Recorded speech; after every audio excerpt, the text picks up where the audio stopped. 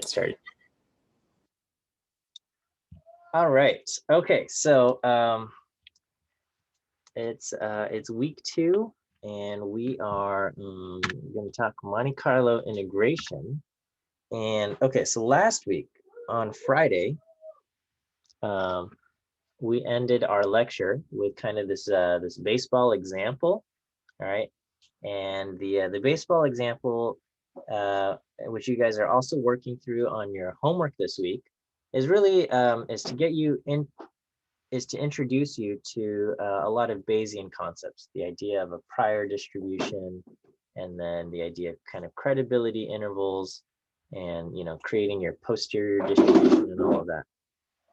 Okay, and so in our baseball example, we had a player, and before we knew anything about the player, we had a prior distribution which kind of described what we believed to be batting averages for just any general baseball player. All right, so any general baseball player, their batting average could be anywhere from 0.2 to 0.3 something. And it was described by this beta distribution with alpha 81 and beta 219. And then we got this new player. Our new player generated a little bit of data for us, 10 at-bats, 5 hits.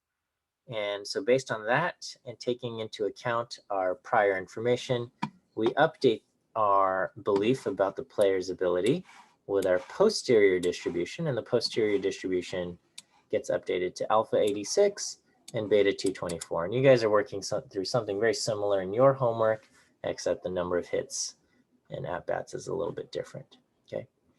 And then the kind of the last question that we ask is, if this player has this many at-bats in the next game, what's the probability that he's going to get 2 hits? Okay, well, the answer to this question, what's the probability of getting 2 hits and 3 at-bats? That depends on the probability of a hit. Okay, the probability of a hit is kind of our value theta here. And so the probability of getting 2 hits and 3 at-bats is going to be 3 choose 2 theta, the probability of a hit squared, times 1 minus theta to the 1. Okay, and theta is a random variable. Okay, and so in Bayesian statistics, theta is a random variable. And so so on Friday we talked about what are some strategies, what are ways that we can deal with the fact that theta is unknown, is random, right?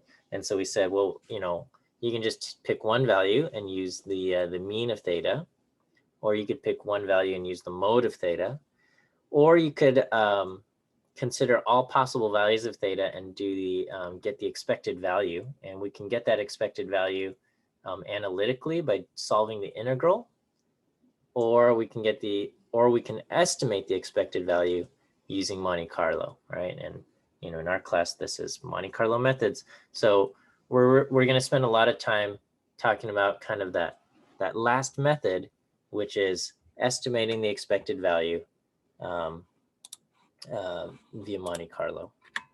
All right, and so what we want to do is we want to estimate the expected value of this function, right? So the true expected value of this function is given by this integral, right? So this is the law of the unconscious statistician. So if I go to, I don't know what happened to it. Law of the unconscious statistician. Here we go. Okay, law of the unconscious statistician is basically the expected value of some function g of x is equal to the integral of g of x times f of x dx. Okay. All right. And so so that's what we have. The expected value of this function g applied to the random variable x is going to be is this integral, and we're going to estimate this integral by taking the sample mean here. Okay. And so so we're going to take a bunch of random values, x of j. They are randomly drawn from a distribution with PDF equal to f of x. So we're going to draw some values from this from a distribution with this PDF. And in our case, the PDF in our baseball example, this is our posterior distribution, It's the PDF of our posterior distribution. This is a beta distribution with alpha equal to 86 and beta equal to 224. And luckily for us, we can use R beta to draw values from this distribution. So we can use R beta, and we get this, and then in G, which is the quantity that we want to estimate, the quantity that we want to figure out, is given by this function. So when we compute it, running in R, we're going to generate a sample of X values. Okay, and this is going to, I'm asking for 1 million of these things. These come from the beta distribution with parameters 86 and 224. We're going to have this function, which is 3 choose 2 theta squared 1 minus theta. So that's going to be 3 times theta squared times 1 minus theta. And we just apply this function g onto all of the random xj values that we've drawn. So we've got x of j drawn from this PDF. All right, so those are in there. We apply that there, and then we're going to take the mean of that. So we're going to take the mean of this, and we get 0.167. So this is our Monte Carlo estimate of the thing. All right, and so what I want to do today is spend a little bit of time talking about this estimator here. Okay, and so I'm going to try to match the notation in our textbook. This is the textbook that we're using, the Introducing Monte Carlo Methods with R. This one, so you guys should have free access to it. And so one thing to note about this textbook is that it's very terse and very dense. Okay, so our entire lecture, like I'm going to spend the whole hour, and I've got a whole bunch of slides, and we're basically going to get through one page in the textbook. Okay, it's it just kind of, the textbook kind of just lists off these relationships and doesn't show any derivations for how it got there. It just says, yep, these are the things. So I've got several slides to kind of fill in the gaps here. Okay, so that, I feel like that's a common thing for a lot of math textbooks, is they just kind of show the things and they expect you to figure out the derivations yourself. But I'll provide them. So anyway, just a little bit about how to read all of this stuff, right? This is kind of a weird, or I don't know, maybe you've seen this notation before, but what we have is the expected value, and then it's got sub f of h of x, right?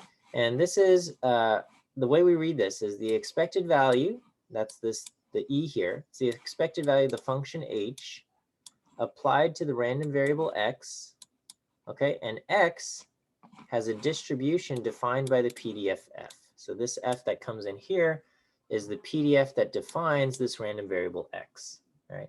And so so this will come in a little bit later when we do important sampling. We might switch from f to a different PDF or something. So it's the expected value of the function h applied to the random variable x. X has the PDF f, and so that's how we write this, right? Okay, and so this is equal to this integral. This is the integral h of x times f of x dx. It's the product of the function h and f, okay? F being the PDF, and it's the product of those things across all possible values of x in the domain or the support of x. Okay, so that's what this little, so this down here, this curly x, this is the domain or support of x, and we can approximate it with the Monte Carlo estimate, which is this. So it's basically the sample mean. This part's basically the formula for a sample mean of values drawn from this density, right? The sample mean of values drawn from the density where you apply the function h to it. Okay. When we talk about this curly x here and you see an integral like this, so in the textbook, when you read this and you see this integral with the curly x, that basically means that is the region of the support of x, okay? And so the random variable has this PDF for values of X inside that support, okay? Which means the PDF is greater than 0 wherever X is inside the support, and anywhere where X is not in the support, okay? So this means it's inside the support and this is not in the support, then the PDF is equal to 0. Okay, so the PDF is 0. And if you integrate the PDF across all values in the support, you're going to get 1, right? So this is just kind of the property of all PDFs. And this is the expected value of X. So this would be the integral of X times f of X dx. I didn't put that, but we know this, right? So it's the expected value of X where X has this density function. Okay, so anyway, kind of the steps for doing classical Monte Carlo integration is, if we're able to sample from this density function, which is a little bit of a big if, and a future topic is going to be, how do we sample from a function if, so like in R, we can use R beta to generate values from the beta distribution. We can use R norm to generate values from the normal distribution and everything else. What if you have a PDF that isn't so easy? How do you sample from that? So that's going to be a future topic. But here we're going to just say, if we're able to do this, then we can estimate this, right? And we're going to estimate this expected value of h of x, okay, by doing this, right? We're just going to first generate a whole bunch of these values from f, okay? And all of these x values that we generate are IID from f, so they all have the same distribution and they're all independent of each other, okay? And then we're going to compute, we're going to calculate, we're going to apply that function h to each value that we've drawn. Okay, so we get basically a vector of all of these values that we've applied h to. And then we're going to estimate the expected value by using the sample mean. Okay, so after applying h to each of these x values that we've drawn, we're going to take the sample mean of it. And this h bar sub n is what we call our Monte Carlo estimator. Maybe I should have written that somewhere. This is the Monte Carlo estimator, and the subscript n is basically how many values went into calculating this Monte Carlo estimator. So the Monte Carlo estimator, h sub, you might have like h sub 10 or h sub 1,000,000 or h sub 10,000 or something like that. It tells you kind of how many values went into calculating that Monte Carlo estimator. But a lot of times you'll just see h bar sub n. Okay, let me give you your first quiz answer. First quiz answer today is A as an apple. A as an apple. First quiz answer for week 2, Monday. A as an apple, yeah.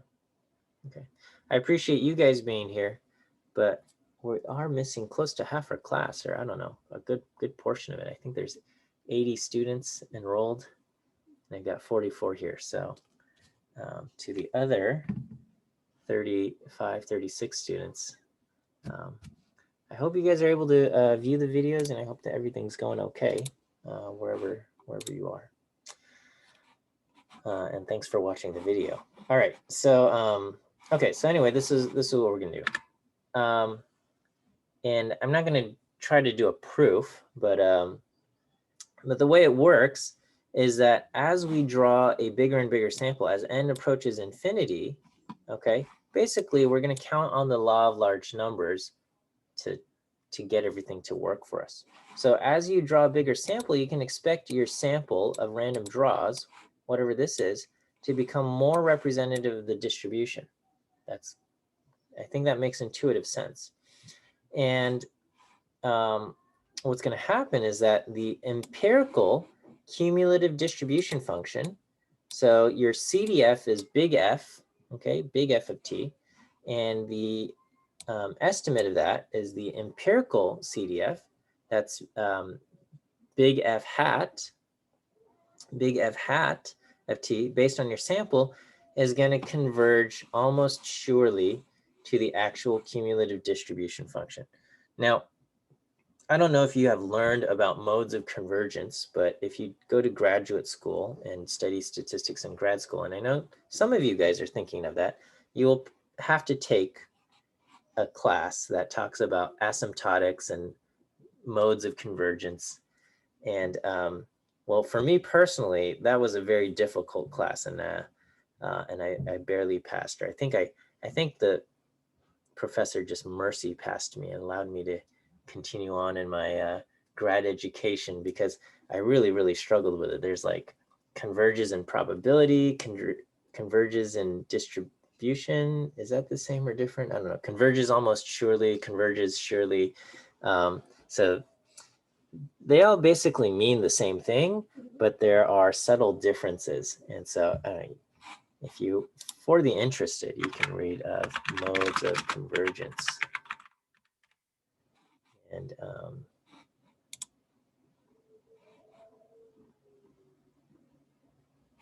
convergence of random variables. Okay. So you got, okay, convergence in distribution, probability, almost sure, and sure convergence. Yeah, okay. So you have all of these things. And apparently your mathematical proofs depend on these. So it was a struggle for me. I'm not very good at rigorous mathematical proofs. That was always a struggle for me.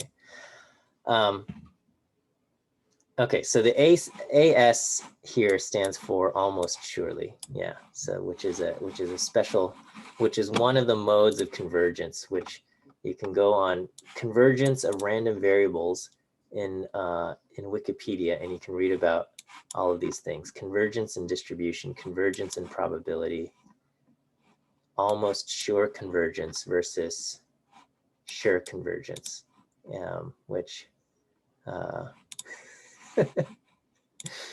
don't test me on this, because it will just bring back sad memories. Okay, so as a result, so anyway, when you do this, our estimate h bar sub n is also going to converge to the true value that we're trying to estimate, right? So this is our estimate. H bar sub n is our estimate, and this is what we want to estimate. This is the true value, and it will converge there. Okay. Anyway, so the last class, people said they did not. You have not learned about the empirical cumulative distribution function. Is that right? Have you guys learned the empirical CDF? Okay, so so let's talk about what does it mean for the empirical CDF to converge to the actual CDF. Okay, I'm not going to talk about this almost surely business, but I feel like just to be accurate, I'm supposed to put the AS in there. Okay, so the empirical CDF is very simple. Okay, it's how we would estimate. Like if somebody said, I want you to estimate the empirical CDF, or estimate the CDF based on this sample, this is probably what you would come up with, right? So the definition of the CDF, right? So if you integrate your density, you get your CDF. But another definition of the CDF is basically, what's the cumulative probability that X is going to be less than some value T, right? So when you look at your CDF function, it always starts off at 0. When T is down at negative infinity, it always starts off at 0. And then by the time T reaches positive infinity, your CDF is always going to be at 1. Okay, so your CDF always starts off at 0 and goes up to 1, and it how rapidly it changes depends on the distribution of that random variable. And so so this is the definition of the CDF. And so if you had to estimate this quantity, what's the probability that X is going to be less than or equal to T? And sorry, this is a typo. This should be less than or equal to. The way you would estimate it is that you would just, if you have a finite sample, you just count how many elements in the sample are less than T, and you're going to divide by N, right? So this is okay for the definition of the CDF, right? So you guys all learned this in 100B. That's the definition of the CDF, cumulative distribution function. or you probably learned this in 100A, right? I don't know, one of your classes. 100A, you learned the CDF, all right? And so if somebody said, you know, here's a sample, try to estimate this, I think you would probably arrive to something like this, where if you had to estimate the probability that X is less than this, you would just kind of do an empirical estimate, which is going to be the number of elements in the sample that are less than T divided by the size of your sample. So this is your empirical CDF, okay? So the CDF is big hat and the empirical CDF is big hat. Big F, and the ECDF is big F hat, okay? And then sub N is kind of like your CDF, empirical CDF based on N observations. All right, so this is, and just a side note on the distribution functions, I think you guys already know this, but in R, every distribution has 4 functions associated with it. You have D for density, P for cumulative probability, and Q for the quantile. So if you have P norm of 0, you get 0.5, and Q norm of 0.5 is 0. So these functions are inverses of each other, and then R will generate random values. All right, so let me just show you what the ECDF looks like. Is that here I've got a sample of 5 values. I have 5 random values drawn from the uniform distribution. Okay, and the 5 random values that I happen to get are 0.2016, 0.2655, 0.372, 0.572, 0.908. Okay, and so when you start off, if we start off at say 0 or 0.1, the ECDF is what's the number of elements in the sample that are less than T, okay, or divided by the size of the sample. So at 0.1, how many elements in my sample are less than 0.1? I have 0 elements that are less than 0.1. So at 0.1, my ECDF is 0, okay? When I get to say 0.202, okay, or let's say just 0.21, so right after 0.2, let's say 0.21, how many elements are in my sample are less than 0.21? Okay, I've got 1 out of 5 elements. 1 element is less than that. I've got a total of 5 elements. So my ECDF jumps up to 0.2. 1 out of 5 is 0.2. And so my ECDF jumps up to here. Okay, and I keep going. And if I get to say like 0.27 or 0.3, at 0.3, 0.27, whatever, I've got 2 elements that are less than 0.27. So my ECDF jumps up to 2 out of 5 or 40%, 0.4. And as I go on, when I reach, say, 0.4, how many elements are less than 0.4? I've got 3 elements. So 3 out of 5 is 0.6. So my ECDF jumps up to 0.6. And then by the time I get to, say, 0.6, my ECDF will jump up to 0.8 because now I have 4 elements that are less than 0.6. And then, you know, as I continue on here at 0.7, 0.8, you know, how many elements are less than 0.8? Okay, still 4 elements, 4 out of 5. So it remains flat at 0.8 for a while. And then not until I get to say 0.91 will it jump up again. And I got 5 out of 5 elements are less than 0.91. So my ECDF jumps up to 1. Okay, and so that's what I have for an ECDF based on a sample of 5 values here. All right. So I can compare the ECDF to the true CDF. So the CDF will be graphed by P uniform, okay, P unif. And that's going to just be a straight line starting off at 0, 0 and ending up at 1, 1. So for the uniform distribution, by the time you get to 1, you know, 100% of values are less than 1. And, you know, if you're at 0.5, you know, what proportion of values are less than 0.5? 50%, right? So this red line represents the true CDF. And then my empirical CDF, which is a step function, looks like this, okay? So, you know, we got an ECDF based on 5 random values. It's not a very good estimate here, okay? So here I'm going to just increase it, and I'm going to just say, let's take 10 elements, 10 random elements. And so I'm going to draw 10 random elements. And so now you can see my ECDF being it's still a step function, okay? But it now increments at 10% at a time, right? So I don't know the elements, but basically, what proportion is less than a certain value? 0 out of 10, then 1 out of 10, so I've got 10%, 2 out of 10, so I've got a 20%, 3 out of 10, so I'm gonna jump up to 30%. And apparently, there weren't very many values between 0.4 and 0.6. I didn't get a 0.5 or a 0.52. So what proportion of values are less than 0.4? I've got 4 out of 10.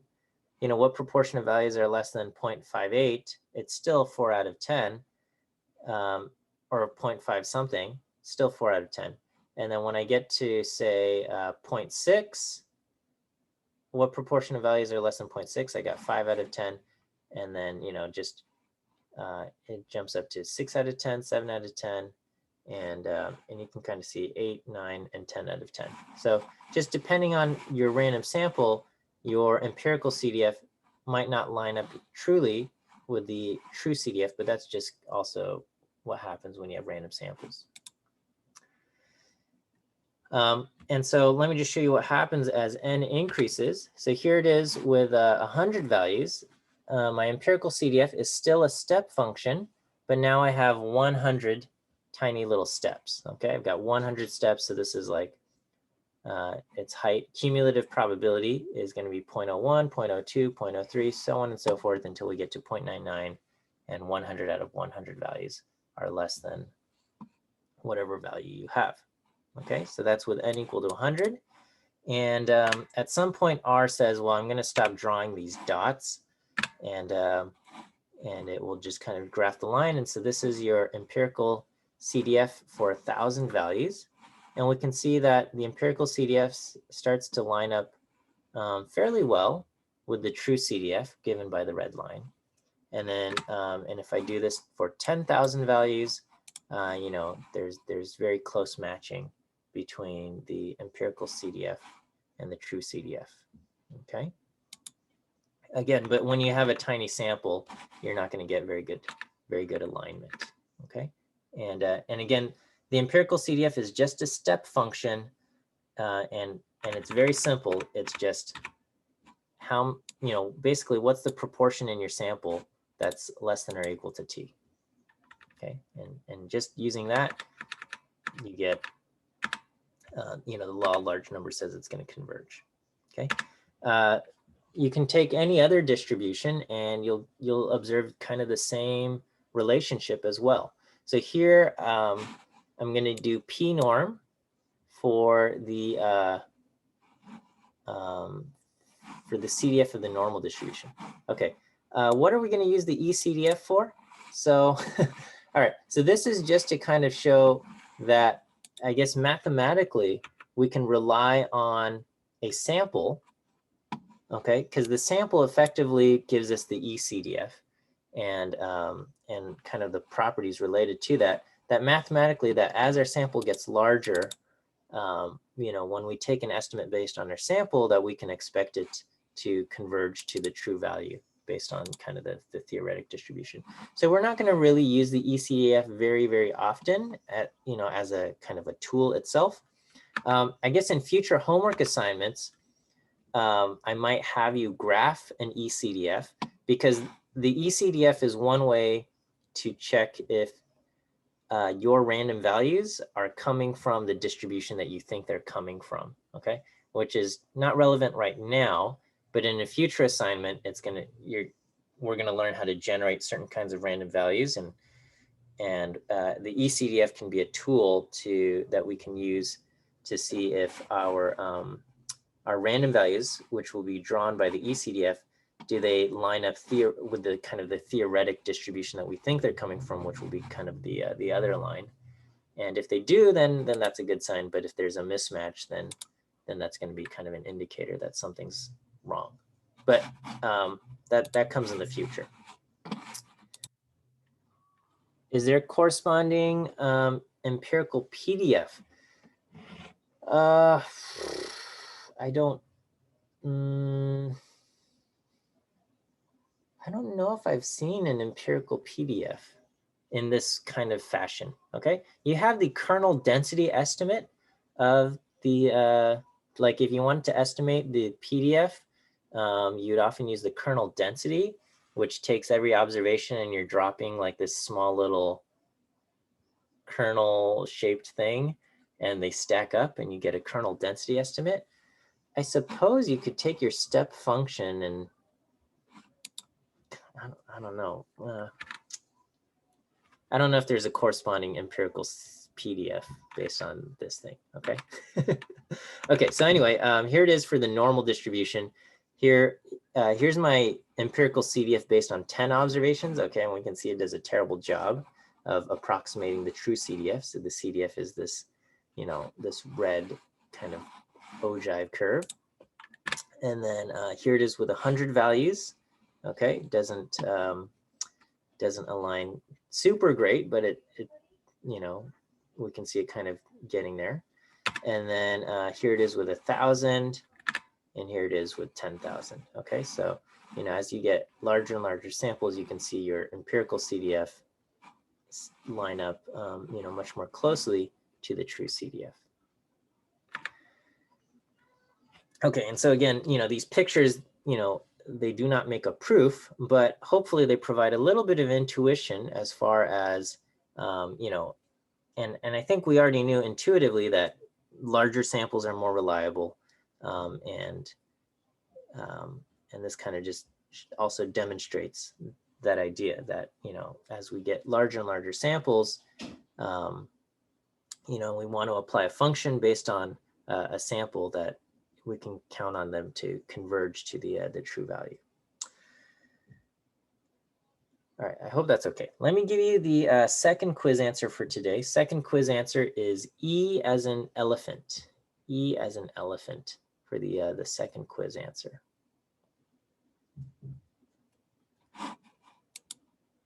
Oops. I don't know. Let me see. Empirical CDF. So you got the empirical. So this is that, and asymptotic properties, confidence intervals.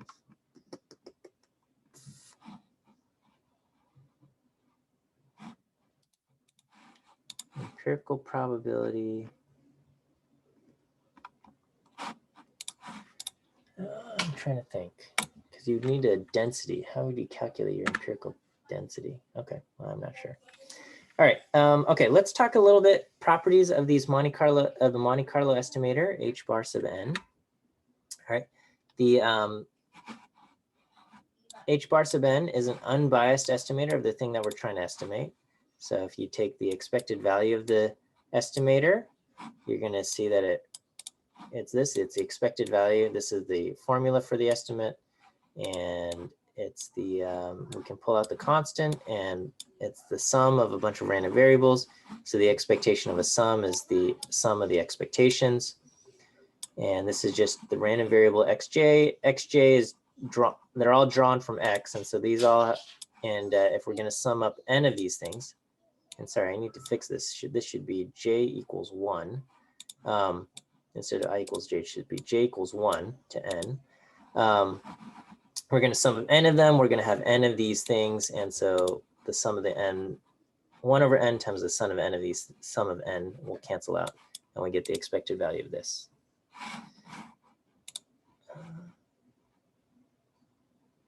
Okay, if you knew what kind of distribution, you could estimate the parameters from the data. And that would kind of be an empirical PDF. So, well, if you, so there's a couple things. So the suggestion to estimate the parameters from the data, and then so this is technically not going to be an empirical PDF because there you are assuming the kind of distribution, and so it's an estimate. It's a distribution that is using sample estimates to inform us, but there is a big assumption that it follows a certain distribution, which in some cases is fine, and in other cases it's not. All right. So anyway, the expected value of the estimate is centered here, which is what we want. Let's talk about the variance. Okay, this is basically the variance of a sample mean, and so the answer is just going to be 1 over n times the variance of the value itself. Okay, but just to kind of illustrate this, I've got the variance of 1 over n times the sum of these things, and so this will become, so if I expand out this sum, I'm going to get the variance of 1 over n of h of x1, h of x2, h all the way through h of xn. And anytime you have variance of a constant times basically a random variable, it becomes 1 over n squared times that variance, the variance of this. Okay, so I've got the variance of the sum of all of these random variables are going to get 1 over n squared times the sum of all of these variances. And each of these x values are IID, right? They all have the same distribution. They're all going to have the same variance. Okay, so all of these things will have the variance of h of x. Okay, and I've got n of these terms. So I'm going to have 1 over n squared times n of these variances. And so I'm going to end up with 1 over n times the variance of h of x. Right? And I think this aligns with what we might expect, knowing that h bar sub n is a sample mean. And the variance of a sample mean is 1 over n times the variance of that random variable, right? The mean of a sample of x or whatever, it's going to be 1 over n times the variance of that random variable. Okay. So what is this? What is the variance of h of x? All right. Well, we probably need to estimate that itself, right? So in general, we probably don't know the variance of h of x directly, right? Because the whole reason is that we've got h bar sub n. If we don't know the expected value of h of x, I doubt we're going to know the variance of h of x either, right? So probably we're going to be in this situation where we don't know the variance of h of x directly. So what we can do is we can estimate this variance, okay? All right, and so now, so this is why I've got this crazy title of this slide. We are going to get the Monte Carlo estimate of the variance of the estimate. Okay, so this is our Monte Carlo estimator, h bar sub n. Okay, and we want to know what's the variance of this estimator. And we figured out the variance of this estimator is equal to this, but we don't know what this is, so we're going to estimate this itself. Okay, and so now we're going to get the estimate of the variance of the estimate, if that's okay. Okay, so it's the estimate of the variance of the estimate. All right, and so if you just look at just a regular old random variable, the variance of y is going to be y minus the expected value of y quantity squared times f of y dy. All right, so that's just the definition of the variance. Okay, and so I'm going to let y equal h of x. All right, and so the variance of h of x is going to be equal to this. All right, so it's going to be, so we have the variance of the estimator is 1 over n variance of h of x. And if I expand this out, we're going to get 1 over n times the integral of h of x minus the expected value of h of x quantity squared times f of x dx. So I hope this step's okay. And then, okay, how do we solve this integral? How do we solve this entire integral here? Well, we're going to let g of x equal this mess. Okay, I'm going to let this mess just equal g of x, right? And so we can use Monte Carlo estimation or integration here. And so the integral of g of x f of x dx is given by this Monte Carlo estimate. So this variance here is going to be equal to 1 over n times 1 over, I'm going to plug this in right here. Okay, and if g of x is equal to this, this becomes this. Okay, because I'm just going to replace g of x with this quantity, right? Because I want to be able to solve this integral here. So so this is what I have, all right? Okay, And then, so for our last step, okay, if I take this quantity itself, can be replaced with h bar sub n here. And with this, we're going to define v sub n as our estimate of the variance of the estimate. Okay, so this is like a big mouthful here, but it's the Monte Carlo estimate of the variance of the Monte Carlo estimate h bar sub n. Okay, so it's like, what are you talking about? But yeah, we're trying to estimate the variance of this thing. Okay, so this is our estimate h bar sub n, and what's the variance of this?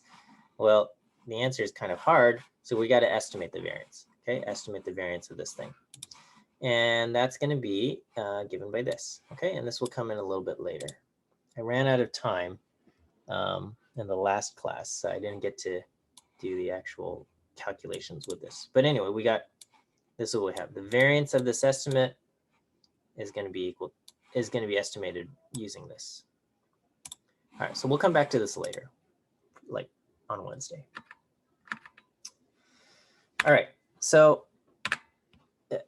because h bar sub n is effectively a sample mean, that also means we can apply the central limit theorem, right? So anytime you have kind of a statistic based on a sum or a sample mean, you can apply the central limit theorem there, right? And so the central limit theorem says that if you got y bar as the sample mean, it's going to be normally distributed with mean mu and variance 1 over n times s squared. And in our case, we've got h bar sub n, and this is going to be normally distributed at basically the true mean of this this quantity, and the variance is going to be 1 over n times the variance of h of x. And we showed that we can estimate this quantity with this with Vn, which we had on the previous slide. Okay, and so we can plug that in here, and so we get h bar, and we know h bar is going to be normally distributed with this properties, and so we can create confidence interval bounds based on that as well.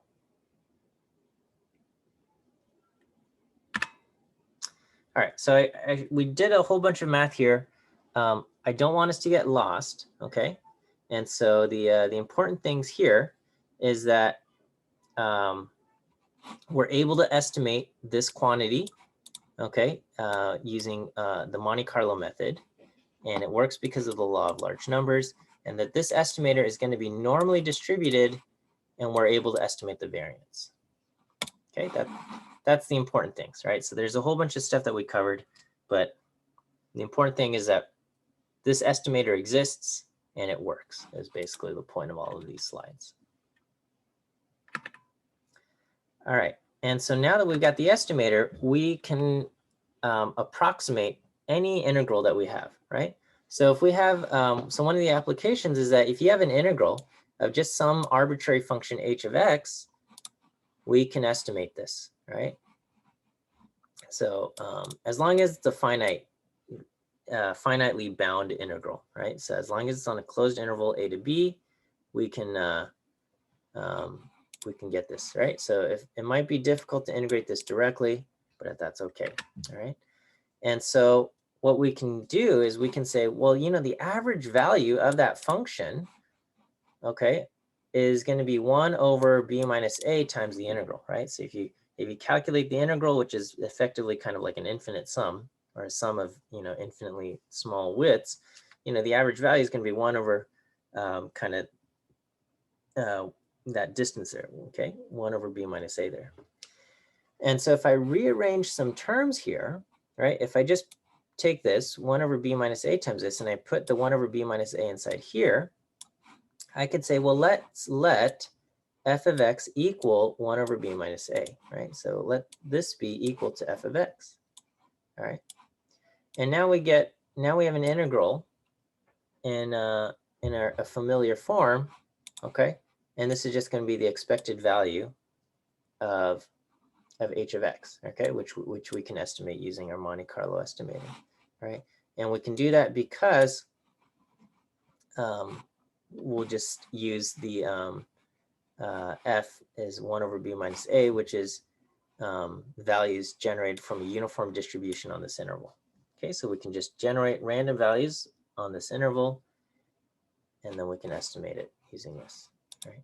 So the value of the original integral then, okay, is going to be b minus a times this, right? Because h bar sub n is going to give me an estimate of this, and if I want the estimate of this thing, I just have to multiply it by b minus a.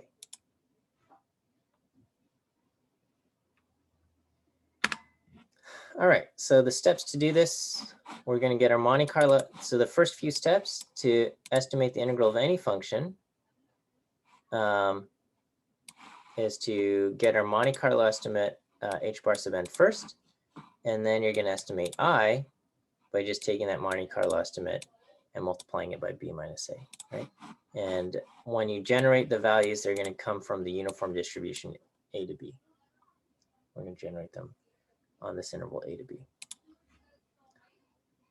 All right, so we'll do our textbook examples. So our entire lecture so far has just been this first half of the page, and now we're going to do this textbook example here. Cosine 50x plus sine of 20x quantity squared. All right, so we want to integrate this from 0 to 1. If you go to Wolfram Alpha and you ask for the answer, it comes back and it says the answer is 0.9652. And it gives you this picture. We graphed this. This is the picture that we got. Okay, so how do we go about doing this? In R, we're going to just generate, here I'm generating 100,000 of these values, 10 to the 5. I'm going to generate values on the interval random uniform from 0 to 1, because in our thing, we happen to say we want to integrate from 0 to 1. But I technically could have picked any other interval. The book goes from 0 to 1, so that's what I'm following. But if we want to change the bounds of the interval, instead of 0 to 1, we would just replace this with a and b, whatever they are. Okay, we would generate random values from a to b, and then we would calculate the mean. We would apply h to our vector x, and then we would calculate the mean of that. Okay, and this is h bar. And then, so in our case, b minus a is just 1. So the estimate of the integral is just going to be h bar sub n, which is also going to be 0.9668, right? So the true answer is 0.9652, and our estimate is 0.9668, okay? So we're off by, about 0.0016. So about less than 0.2 of a percentage point. Okay, we're off by less than 0.2 of a percentage point, which I think is pretty good here. Okay, this is where I stopped for the last class, and I'll stop here also, and we'll cover the last 3 slides on Wednesday. So we'll cover the rest of these slides on Wednesday, and then we'll continue on talking about Monte Carlo integration then as well. Okay, so we'll end here, and we'll see you guys on Wednesday. Have a good day. Oh, last quiz answer. Thank you for that reminder. Last quiz answer is B as in bear. B as in bear. Last quiz answer. Okay. All right. We'll see you guys on Wednesday.